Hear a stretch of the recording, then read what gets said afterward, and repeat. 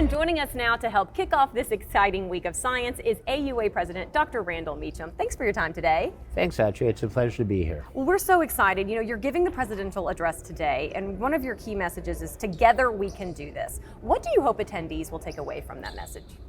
It's a good question. When I put together that presentation, I was thinking about, was reminded of something that Helen Keller said, which is, alone we can do so little, together we can do so much. And that is really what I'm wanting to emphasize, that acting as a community, although there are a number of challenges facing medicine, we can make a lot of progress, but we need to do it by working together and collaborating with each other. And you lead me right into my next question. How important is a sense of community, is collaboration among urologists? How important is that to the field of urology?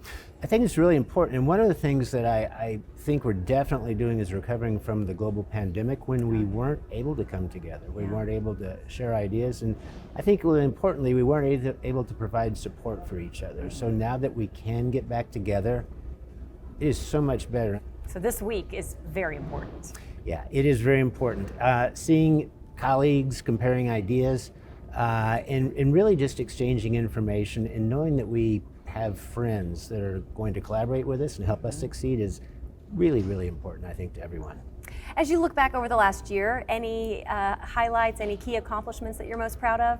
Yes, I just came from the AUA Nexus, which, as you probably know, is an opportunity for researchers and clinicians to work with their counterparts in industry. So many good ideas have come up, and again, I want to emphasize that coming together like that, spending time together, comparing new thoughts and ideas has been really important. So I would say that, and again, recovering from the pandemic, getting back into a place where we can have dialogue with one another, I think has just been fantastic, and I'm actually very proud of that.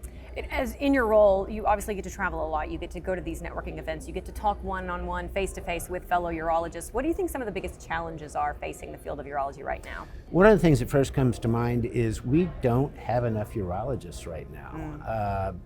As the population in the United States gets older, the need for urologic care is increasing. Right. And from the very beginning, we haven't had enough trained urologists for a number of years. That's a challenge. It's one that we're working toward overcoming, but I think it is one of the major issues. The other is that the number of treatment options that we have and the modalities we have are becoming ever more complex as medicine becomes more sophisticated, as new discoveries are made. It is a challenge for any individual or even group of individuals to keep pace with that, and this sort of educational forum I think really is just absolutely invaluable in helping given individual providers provide the care that's so important to their patients. Right. You know, we're also celebrating all this week, in particular celebrating a decade of leadership in the AUA's leadership program. Why do you think it's important to nurture good leaders within the field, and what do you hope to see over the next 10 years of the program? One of the things that I think is really exciting for the leadership program is that those people that attend the program have an opportunity to develop relationships with mentors, people who have gone through the early phases of their career, have moved into leadership positions. I think that sort of in support on an ongoing basis is pivotal. Another thing that's very important is the AUA sections are working to bring the graduates of our leadership program into activities within their divisions and develop leadership roles. I think that process is pivotally important.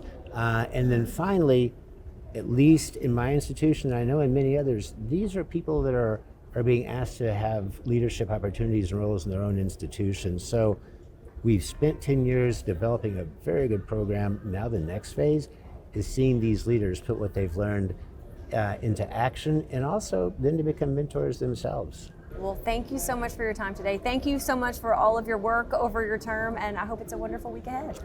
Thank you very much for letting me spend time with you.